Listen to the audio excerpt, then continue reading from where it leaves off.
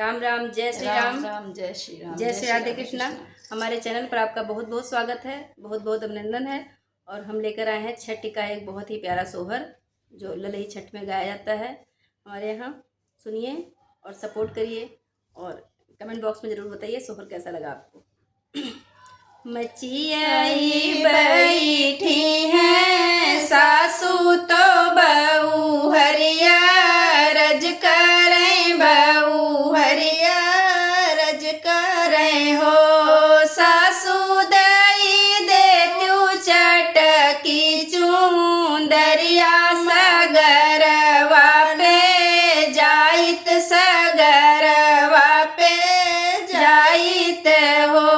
सासू दई देत्यू चटकी चूंदरिया सगरवा पे जाइत, सगरवा पे जाइत हो। सासू तो बोलहु ना पावे नदी हंसी, बोले नदी हंसी बोलाई हो। भौजी तो हरे तो होई है बीटीवा तो कह के छठी पूजबो, तो कह के छठी पूजबो हो।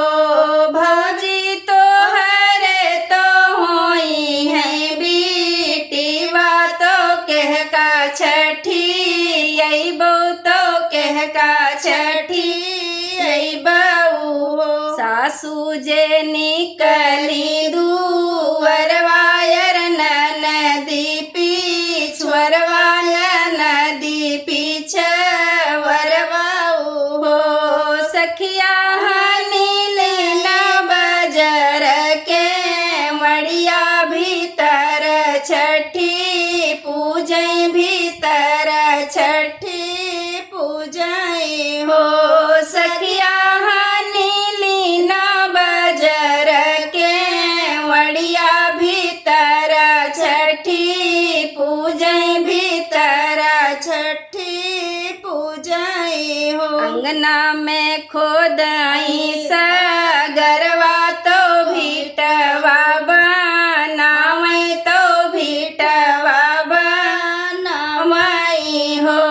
सखिया मटिया के बनावै पुतरवा मुहवा धोवे लागी, तो मुँह धोवे लागी हो।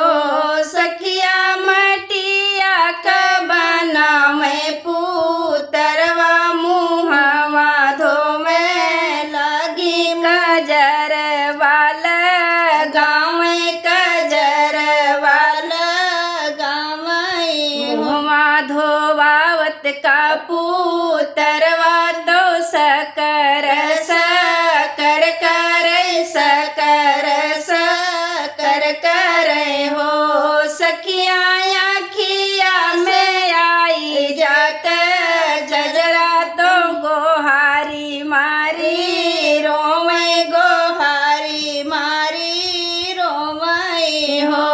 सखिया आखिया में आवे कजरवा गोहार मारी रोवे, गोहार मारी रोवे हो। सासू जे दुअरा से आई नदी उठी धाई, नदी सुनी धाई हो।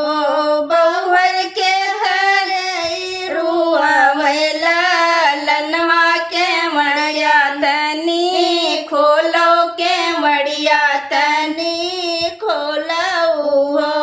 बहुवर के हकर रुआवैला लनवा के मड़िया तनी खोलो, के मड़िया तनी खोलो।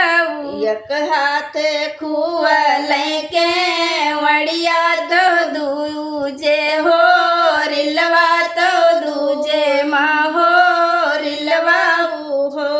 सासू मटिया के बनाए पुतरवा रोवन भल लागे, रोवन भल लागे हो।